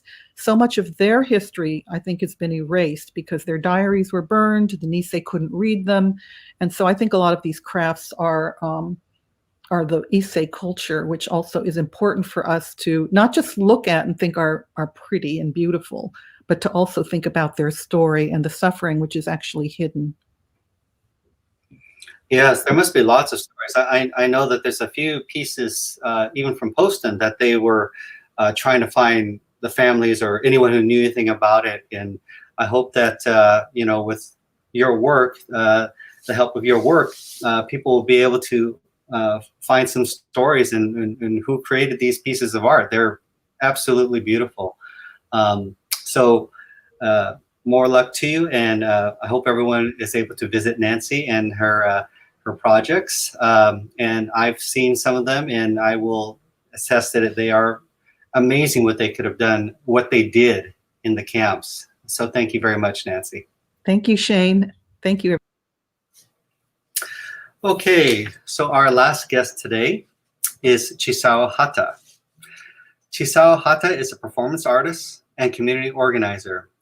As a third-generation Japanese American born in Des Moines, Iowa, her art and social justice work has been a lifelong journey impacted by her parents' internment and marriage in Poston, Arizona. As an organizer in the Japanese American community in Portland, Oregon, from 1976 to 1990, she has worked on the First Day of Remembrance, served as president of the Portland chapter of the Japanese American Citizens League, and organized the first Asian American gathering in Portland called Celebration. Her activism has inspired her artistic works, Barb's Blues, a modern dance about her family history, Jean's House, about the Japanese American story of Tacoma, Washington, her poem What I Carry, an original theatrical piece, Gambante, an American legacy about the Portland, Oregon Japanese American community's history. So I would like to present Chisao Hata's piece. I went back to discover and uncover parts of me, the amorphous, the unseen, in my blood, in my breath, in my cells, in my DNA ancestors, pulsing, to be heard, whispering in a language I never spoke. The universe offers tangible evidence to move me along, nudges to open my eyes.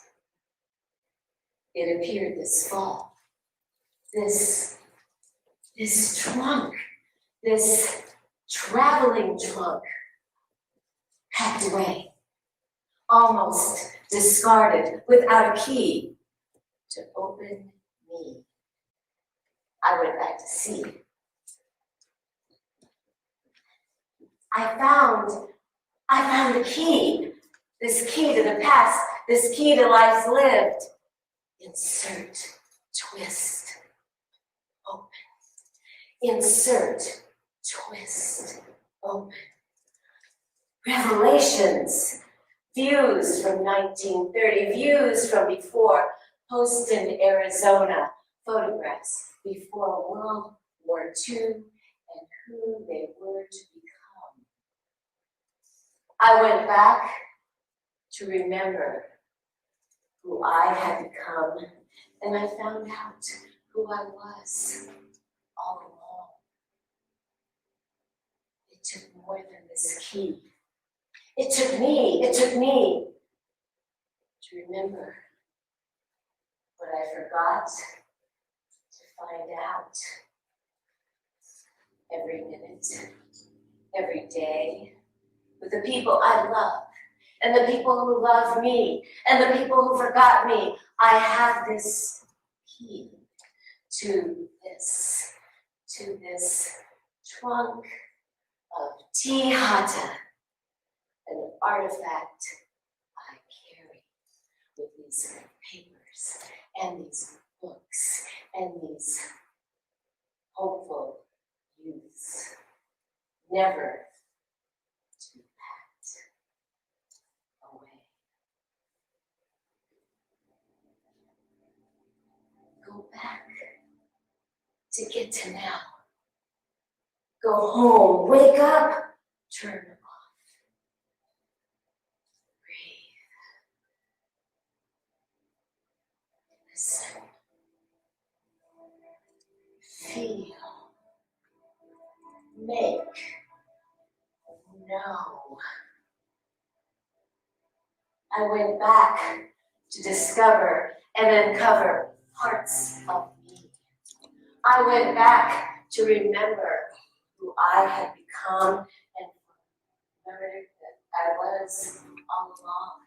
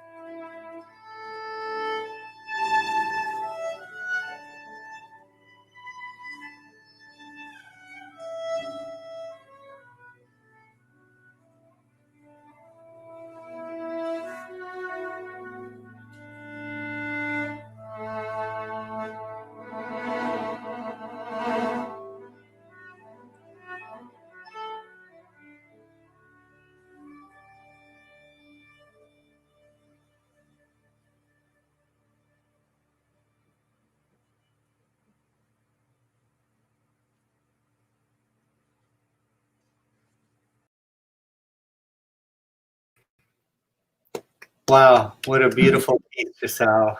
Thank you. Wonderful, absolutely wonderful. So thank you for joining us today. My first question is, was that the actual trunk used by your parents?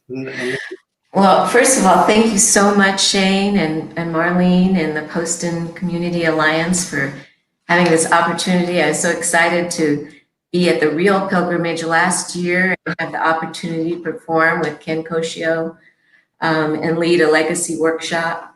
So as you heard, my connection is that my parents were married by Reverend Jitsu Morikawa in Poston, and my mother was a nurse and lived in block 31, 10A in Poston. So that trunk was actually loaned to me by the Japanese American Museum of Oregon. However, there's an amazing story about the trunk. So I was in Chicago at the Consortium of Asian American Theater Artists and met up with a filmmaker, Jason Matsumoto, and he asked me, what about your story in the Midwest? Would you elaborate more on it sometime? And I went back and I'm like, I probably should make a piece about that. That's the best way for me. And right about then, a former student who has the theater called and said, would you be in this performance called The Truth Project about social justice? And so I remembered that I had brought a trunk home from Iowa when my mother passed away, and it was in storage. So I thought, well, I'll use it as a prop because I remembered that when I discovered that trunk, when I went back to Iowa, it was locked. And so when I went to get the trunk, there was a key on the side, and I was like, I can't fathom what happened. Like either the key was always there and I wasn't ready to see it, or I couldn't see it, or maybe my mother found it later and put it on with the trunk. I really don't know. But I opened it and it was full of my dad's experience before camp in Poston, some of the documents from Poston, and photo albums and my life, my mother's life as a nurse in Oregon. She was the first Japanese American nurse to graduate in Portland, Oregon. So it was just something that inspired the whole piece. Wow.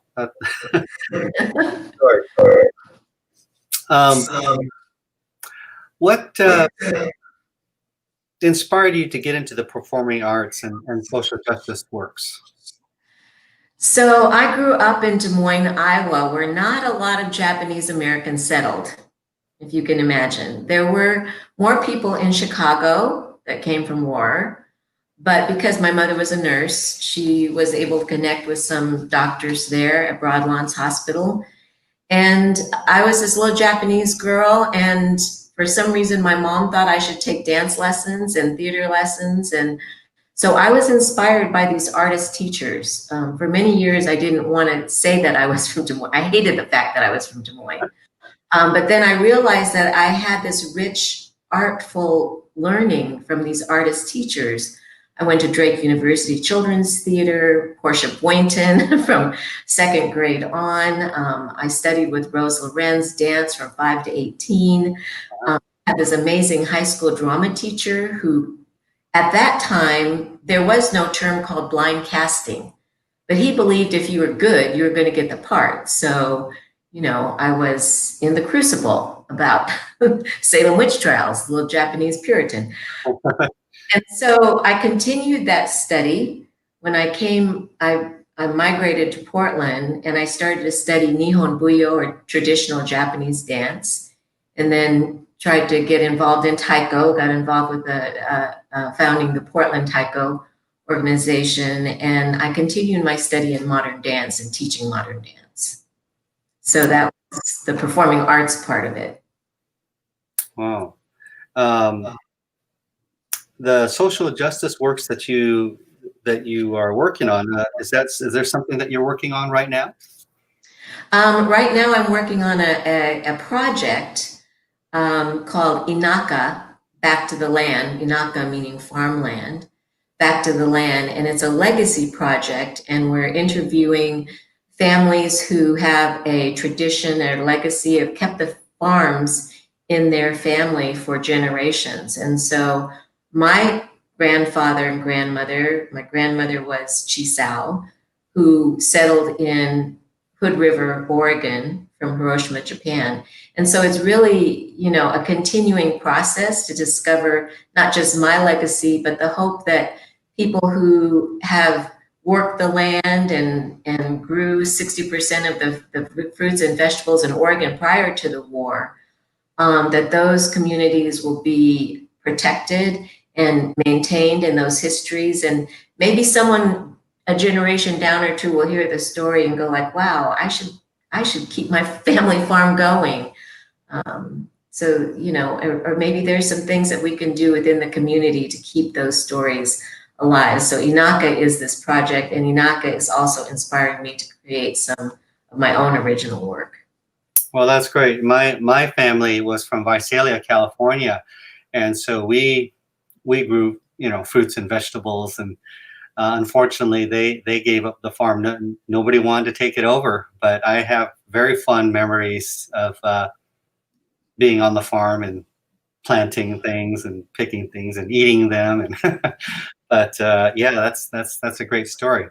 It's so meaningful to me because I didn't grow up anywhere near the farm, being and so, and also I'm an only child, and so it's really given me a way to connect back to Japanese American community through art and through history and through legacy. So it's a very exciting project, and it's inspired, you know, me to continue on to create works like What I Carry and Gambate, and see how we can move people, because it is an American story. It's not just our story.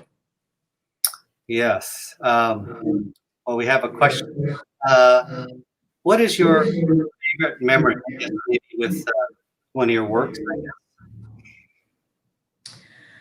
I have to say that it's not just a memory, but a process, because like you said, I was real involved in the redress movement for about 17 years. And at one point I was like, wait, people don't even know that I teach dance, that I have a dance background. I'm so involved in community organizing. And so I made a really important decision in my life to focus on being an artist. Pulled way back from community organizing. And it's just, you know, knowing Minyasui and working on his campaign and his medal coming back and working on his Presidential Medal of Freedom and his recognition in Oregon. And I guess that's more than a memory, but it was a decision. So I feel like that decision really impacted a lot of what I'm doing today, because I decided I'm going to come back and give back as an artist. Well, that's fantastic. You know, obviously during these very difficult times, as you can see behind me, I have a bunch of books in my studio, and you know, we couldn't do our book tour because of the pandemic. How is the pandemic affecting you and your projects this year? Probably two ways. I found it to be probably, like most people, a time of personal reflection.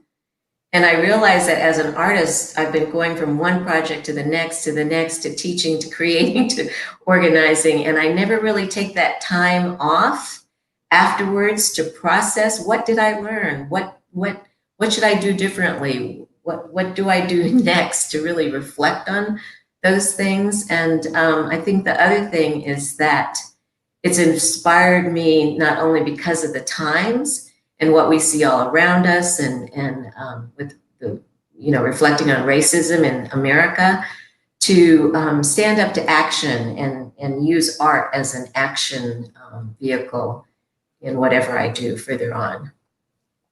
I see. We have another question. What was it like to study Buto dance in Japan as a Japanese American woman? So I actually study Buto a short while, but mostly I studied Nihon Buyo, which is Japanese traditional dance. So it's like the dance that's in kabuki. Mm-hmm. And it's passed on like any Iwamoto system in Japan from generation to generation. So there's certain dances that you learn. So I had gotten to the place where I would be a natori, or a teacher of Buyo. And as a modern dancer and as a teacher,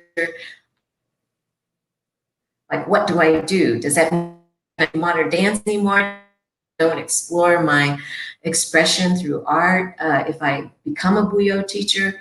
And so I went to my teacher at the time, who's Sahomi Tachibana. So I've studied with the Fujinami High School and Tachibana School. And I just said, I don't know what to do. I don't know if I can natori. She said, it's okay. You be a modern dancer and incorporate the form. You just, I can't do like the 200-year-old dances that I was doing under Sahomi, but it's definitely influenced my style and my teaching and my sensibility. I did spend some time in Japan and had that experience too. So it's affected everything in what I do as an artist. Well, I was lucky to see Chisao perform live at Poston last year, and hopefully next year we will have a live pilgrimage, and hopefully you'll be able to be there and do another performance for us. It was wonderful. I hope so, and I hope it's not just me. I hope we can get some young people involved and maybe generations coming together. That's what we're doing,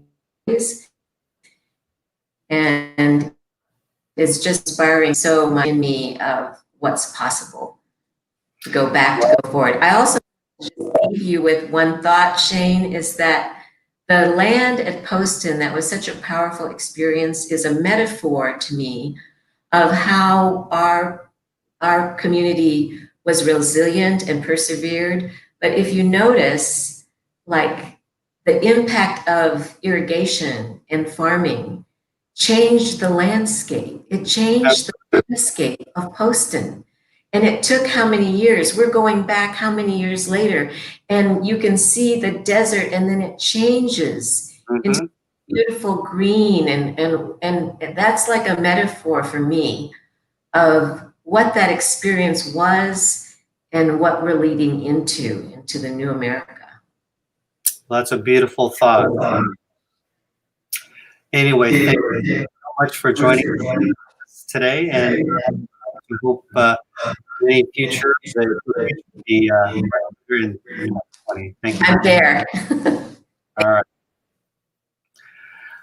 All right. Well, I hope you enjoyed today's virtual pilgrimage.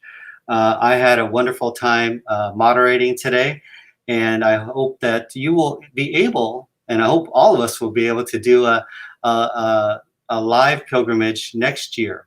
So with that, I would like us to go back to Marlene Shigekawa, the director of Poston. Thank you so much, Shane, for moderating today. You did a great job. So we've come to the end to our Poston pilgrimage, and the end of what I feel like is a meaningful journey. It's been very moving for me as I watch the different presenters learn and gain some new insights, and hopefully you have too, and that we will continue to do so. Now, a lot of information is on our website.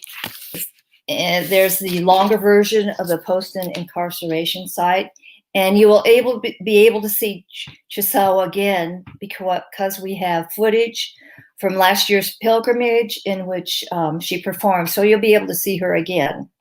There's the documentary films, Passing Poston, for the sake of the children, a book presentation on Blue Jay in the Desert, photos from Anaheim's museum exhibit, I'm an American, Japanese American Incarceration, in a Time of Fear, creating the Poston Monument, and a longer version of Jean Lespina's video of the darker side of Poston with her father's paintings. So all of this has taken a lot of time and effort, and we really appreciate the amount of time that our presenters have donated to us as they put together, their creations, which were so moving and beautiful. I also like to recognize our board members from the Poston Community Alliance. We have Don Aoki, Roberta Barton, Daryl Brown, Kathy Nakagawa, who spent so many hours with us, training us on how to present and use the StreamYard Zoom. Shane, of course, there's Robert Chintako, Nancy Takahashi, who's in Virginia, who has helped us with many preservation projects since she's a landscape architecture, and Kathy Takamoto, who is our treasurer secretary. So we all have devoted a lot of hours, not only to this project, but many others. So we would like to invite you to feel free to make a donation, because we're all volunteers. And thank you again for being with us. I hope that it was as meaningful to you as it was to me. And we will continue on our healing journeys as we meet again next year, hopefully at the site. And maybe we'll be able to live stream, because we're getting a hang of doing this social media thing using the internet. So it's kind of addictive. So as we go forward, we're thinking more creative ways of how we can knit. So everybody, thank you. Thank you for joining us. Stay well, be safe, and we'll see you again.